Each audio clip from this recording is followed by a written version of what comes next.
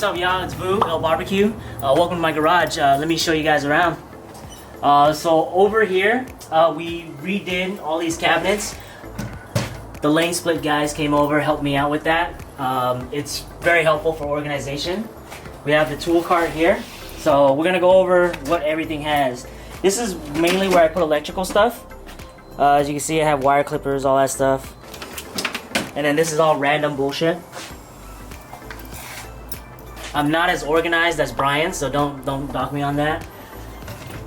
This is all the chemicals that you need for, you know, random shit. And then this side has all the cleaning stuff. So you got your power packs, and then all down here is like, you know, got polish, compound, speed wipe, and then all your tools up here. Gotta make sure they're black, you know what I'm saying?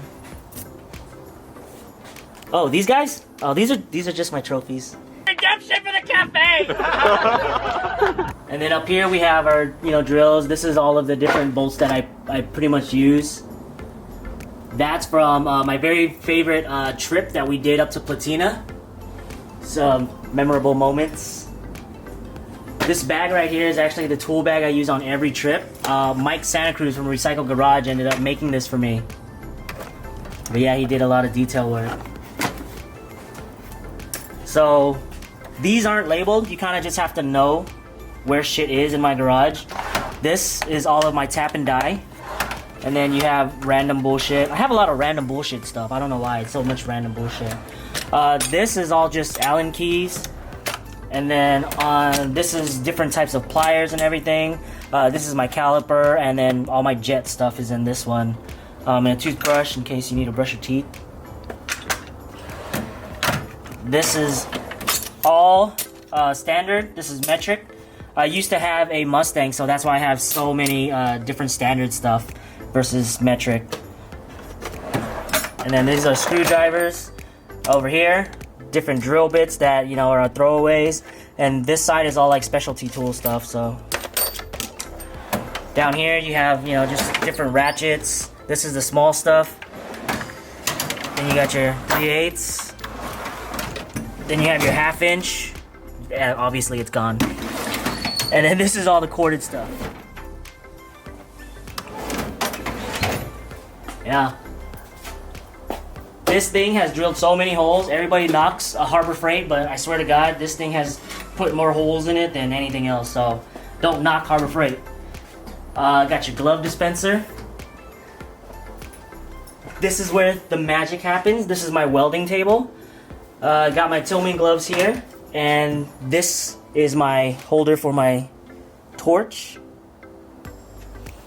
And then in these cabinets are just different like stuff that I need for the metal side.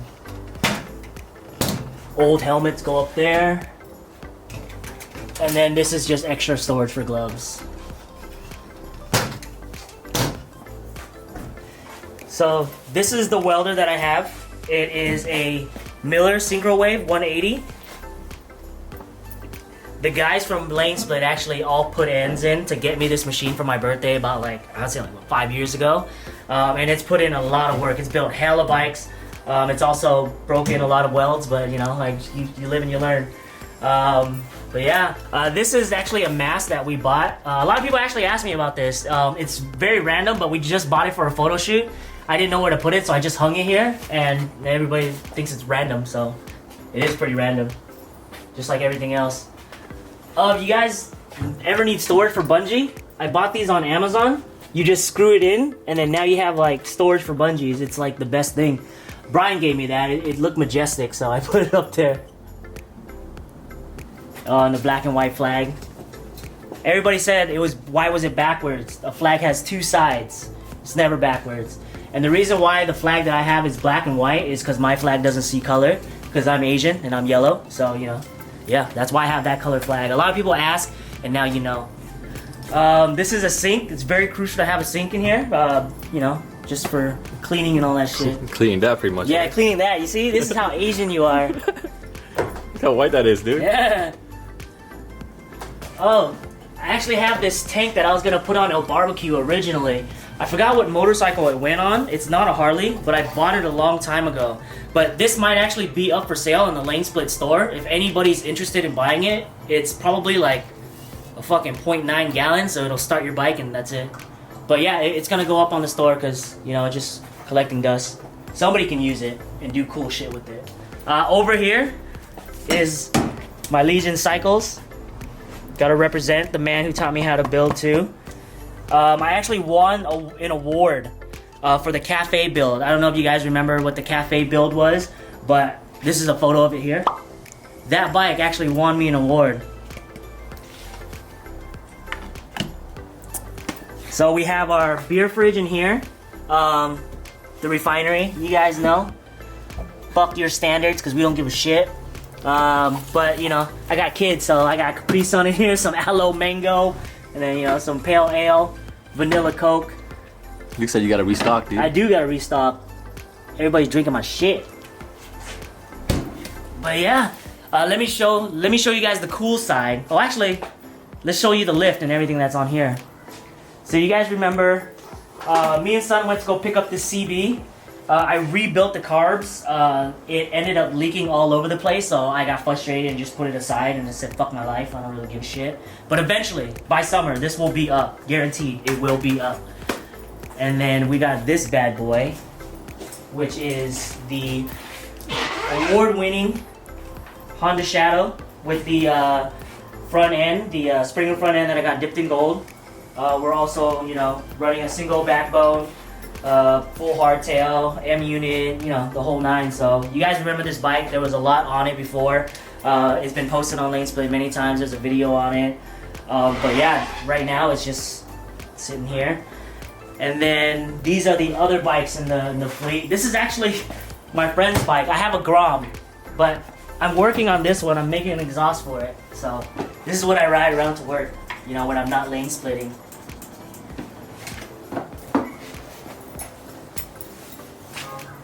Is this the exhaust? You're gonna work on it? Or? Yeah.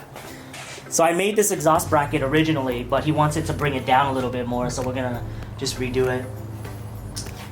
This is where I store my helmets. This is Terrence's helmets. You guys remember Terrence? Bumper breakdown! And then, you know, just my coat rack for my Lnsplt denim, you know what I'm saying? Gotta represent.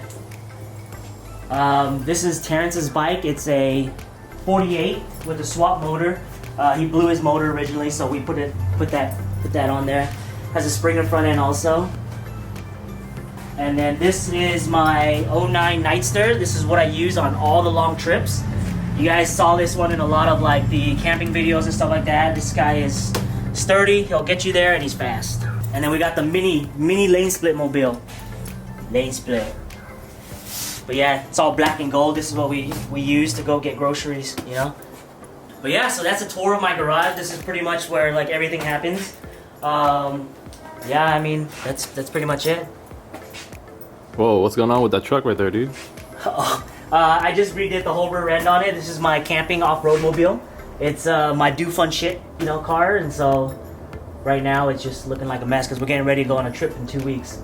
Yeah, we don't just ride, guys. Yeah. We do fun shit, other fun shit too. Yeah. So if you guys like overlanding, camping, off-roading, all that shit, we're not like those typical guys that have like, you know, expensive ass vehicles. We just make do with what we got. This is a Yukon XL. Not a lot of people build shit for it, so you know we custom make a lot of the stuff, like the back end right there. Let's show them the battle scar, dude. Oh shit.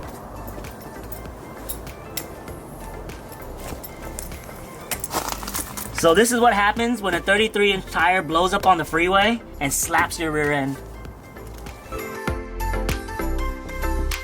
So I got into motorcycles probably when I was about 18. A bunch of my friends started getting sport bikes, and so I bought my very own CBR 600 when I was 18. I thought I was the shit, you know, riding around the mountains, all that stuff. Originally, I rode mainly with those guys, and when all of them kind of sold off their bikes, I was still really into riding, but nobody was, you know, down to ride with me. So I ended up selling that bike, and I went bikeless for maybe about 6 months. During this time, I had a 1967 Mustang that I was rebuilding. I was never one to kind of like, you know, have the things that everybody kind of had. I always wanted to be like out of the box. So that kind of segued me into like meeting a lot of the Lnsplt guys. When I went to a car show, I met Sun there, and I knew Sun prior to that just from like mutual friends and stuff. But you know, he came with like 5 or 6 like different bikes, right, with like a bunch of different guys. And I saw it and I was like, dude, those are the coolest looking guys I've ever seen in my fucking life, right? And I go over to him and I start talking to him about it, and I was like, dude, I really need one of these bikes. Like, what is it? You know, it'll match my car, and like it just matches my personality and everything. And so he goes, if you're serious, you know, here's my information, give me a call. And so that's kind of how I got into motorcycles as far as like chopping. And that kind of almost segues me into meeting the Lnsplt guys. How I met Lnsplt was from that moment. I bought it was a 1993 Honda Shadow VLX, and during this time I was talking back and forth with Sun, you know, sending him different ads and things like that to see which one is the one that I needed to bob.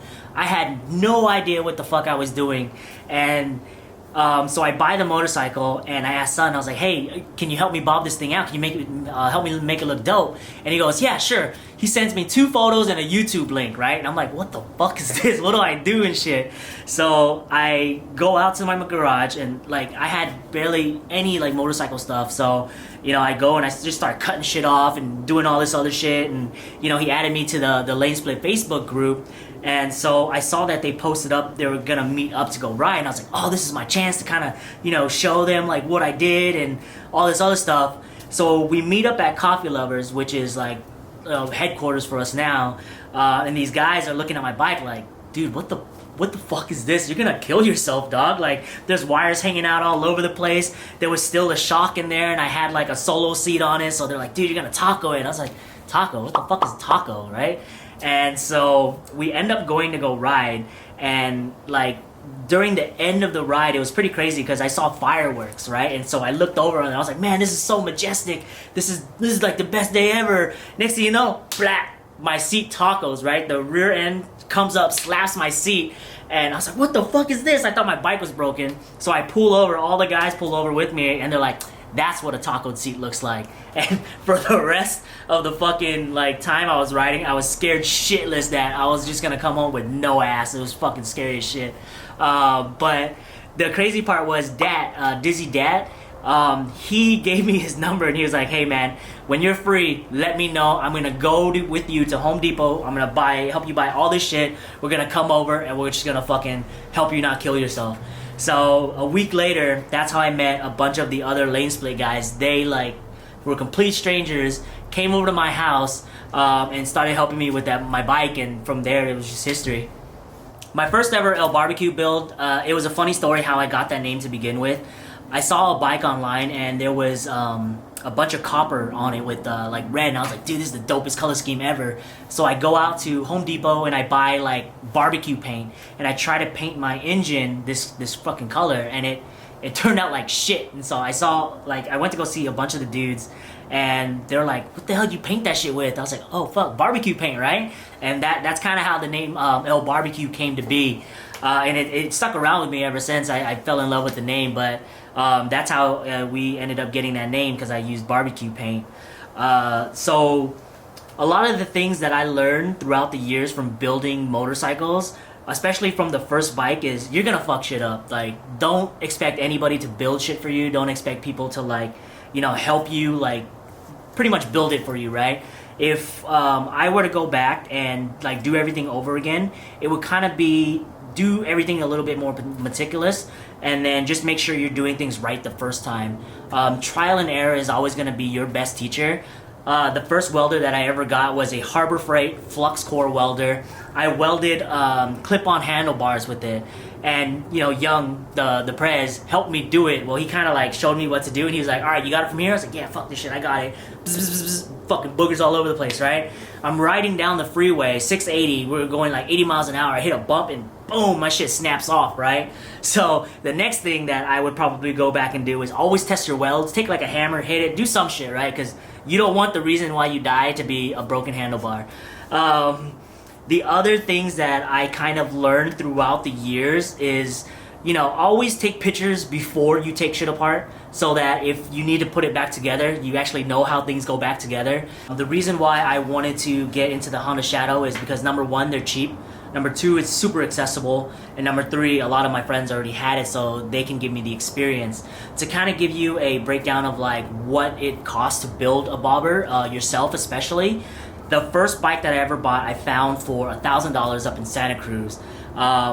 When I brought it home, I stripped it down. A lot of the parts that I bought were gonna be like the seat, the solo seat, the seat springs, like metal, to build like the hardtail section and all that stuff. I think all in all, because a lot of my friends did help me with it, it came out to be about like a $400 build. So with the bike itself, it's still under $1,500. But if you look at like, it up close, it doesn't look like as clean as it can be, but it got the job done. It was a dope bike to ride. It made a lot of friends. And so you don't need a lot of money to kind of like, get into it. And then you can always go from there as far as like making sure that like, you want a cooler seat, then you can buy a different seat. Your skills got a little bit better, you can like build something a little bit cooler. Vice versa. The new build that I have, El BBQ, the version 3, that was actually probably the most I've ever spent on a build. And the reason I did that is because I think I gained a lot of experience and just knowledge and know-how that I wanted to make sure that I banged out something that was super dope, that showed off a lot of my talent, and to kind of just have like a trophy bike that I can call my own, that I built, I made, versus, going out there and buying a brand new Harley. Everybody's gonna have a brand new Harley when somebody, not even just a Harley, a brand new bike, somebody comes up to you and be like, oh, cool bike, but it's not unique, versus having something that I know that I built, that it's my vision, that nobody else is gonna have. El BBQ version 3 was probably, I would say, just in parts alone, a little over $3,000, which in the grand scheme of things is super cheap compared to buying a different bike. But compared to like $300, that's an extra zero. That's a lot of fucking money.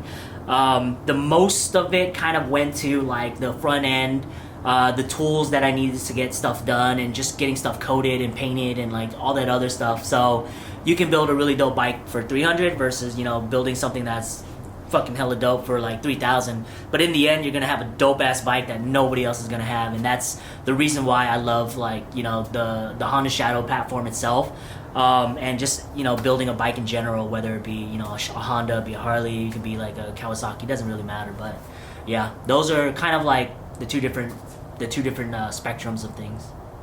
So one of the most common questions that we get asked as a group is, how do you guys find the same type of, riders to ride around, or like the people with the same interest?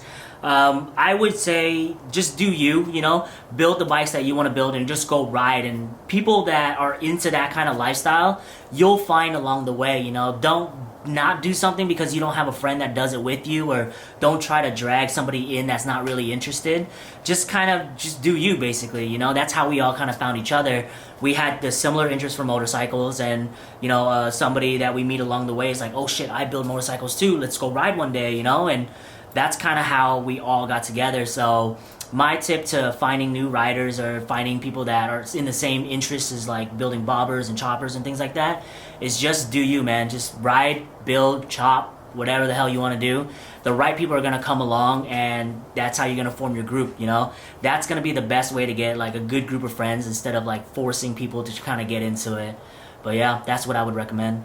Huge misconception that a lot of people have is they think that Lnspltblvd is an MC. We're not an MC. We're not a club. We don't claim colors, none of that stuff. We ain't no Bloods and Crips, But basically, we're a group of friends that have the same interests, and we kind of got together. And the one thing that we all have in common is like, we all lane split. So Sunmai came up with that, and it was pretty dope. And that's what we rock and what we rep. But we're not an MC. We're not a club. We're nothing like that. We're just a group of friends that share a similar interest. So riding throughout the years, there's gonna be hella close calls. These are like a couple that I can remember. The first one was pretty intense, dude. Like we were going down to Born Free, and we ride the one all the way down. So it's about 1,000 miles round trip from here down to LA and then back up to 5. We meet up at Coffee Lovers, and I had this dope ass sweater that had like this really cool print on the back, right? And I was like, oh, I want people to see that shit. So I tied it on the back of my sissy bar, and we're riding. We just hit the 152 going towards Monterey, and I have my headphones on. My girlfriend's in the truck behind me driving, right?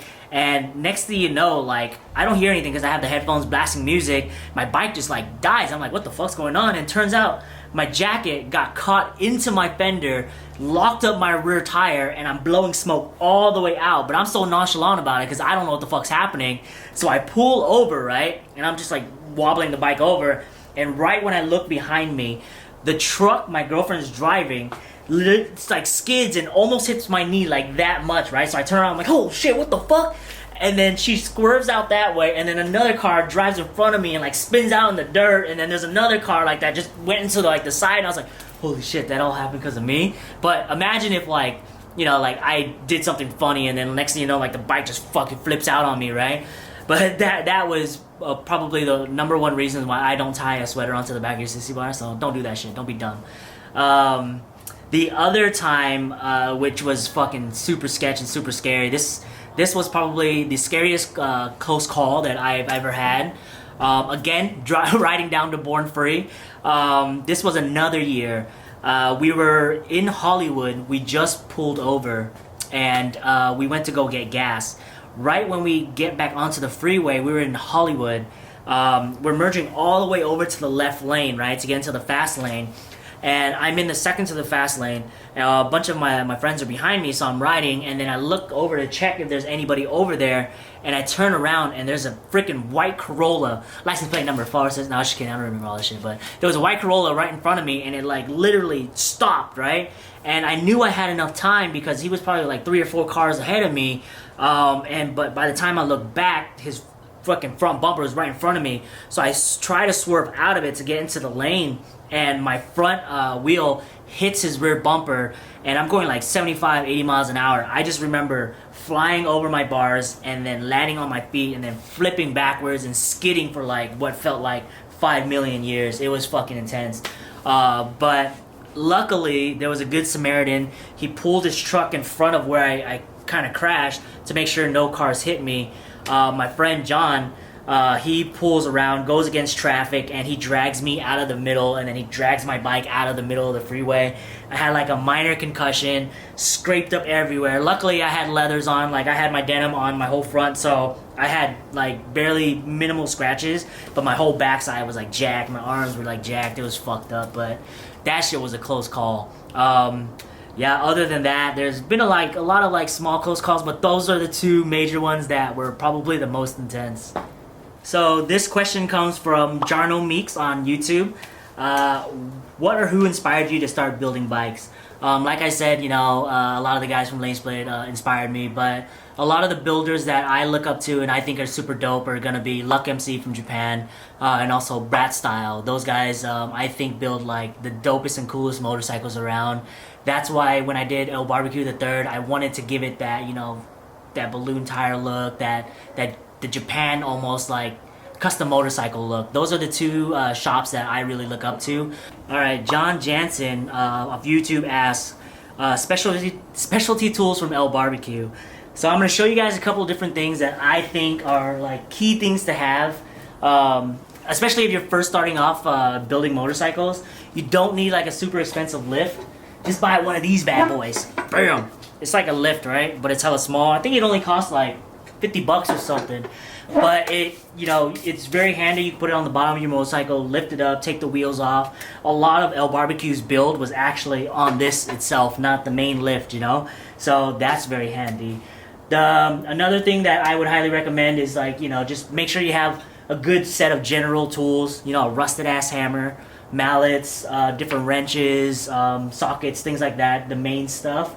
Alright, so another really cool thing that I highly recommend you guys get if you guys go on a lot of motorcycle trips is get yourself a really good roll-out tool pouch. We got this from our really good friend Scott. He custom made these with the Lnsplt on there, so you know you can rep all day. But you know, it has all your wrenches. You have storage in here for, you know, your fuses and all that stuff. One of the really key things you guys can make, especially if you have like a cheap welder. This was actually made on a flux core welder, I think. But this is what you guys will need to take out the bottom nut on your forks, right? So if you guys do a lot of your fork seals and stuff like that, you don't need to buy a super expensive one. You can get this whole rod, I think I bought it for like $10, and this big ass nut that's like a 17. Weld it all together, and boom, you got yourself one for like under 20 bucks. You ain't gotta buy an expensive one. Major key. You guys can also get yourself a tap and die set. This is super important. Maybe not like the die set, but the tap. This is what you guys are going to be using to do your single throttle conversions. You don't have to buy the ones that are like 50, 80 bucks that like, you know, people make. Just buy yourself like a good tap. This will cost you less than 20 bucks, maybe even like less than 10. But now you can make your own single throttle cable. We'll link down below the actual size you'll need, but you know, this is pretty much stays on here this whole time. This is all I use this for. Of course, you guys know we don't have no more bobber breakdowns because we got zip ties and Loctite. Not enough Loctite! This is key right here. Alright, you don't even have to buy the expensive one. This one's cheap as shit. And then the other thing, a lot of you guys are always asking about, you know, how you know which jets to run for which pods and like all that other shit. Get yourself a case because you're going to need a shitload of different jets. Play around with different pilots, different you know, main jets, and then that way you can figure out what the best setup is for you. Not everybody's gonna run flawless on the same setup, and especially if a single carb, you're gonna need one of these D tools. This is very handy too. Make sure you keep everything in one box, so if you ever work on your carbs, you know everything is in here. Also, one of the other things that a lot of people don't really think about is like garage cleanup. I have metal shavings all over my fucking table, and what's the best way to clean it? Get yourself a fucking $2 fucking brush. Just wipe it off. Look at that. Wipe it, wipe it, wipe it, wipe it. Done. Done. Super easy. This thing's lasted me like fucking 3 years, and it only cost me like $2. So this is a super handy tool that a lot of people overlook. Yeebon asked this question. Yee, I'm gonna answer this one. What kind of hair conditioner do you use? I use whatever hair conditioner my girlfriend buys, and that's how I get this flawless hair.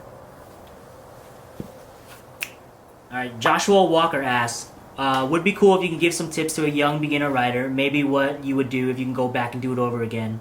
The tips that I would give to a young rider, a new beginning rider, is, you know, always make sure you ride safe, be sure of your surroundings and everything like that. Do your research is number one. You know, like, you can ask a lot of people, but if you show the initiative that, you know, you really want to know the information, it really helps out and you learn a lot of things on your own.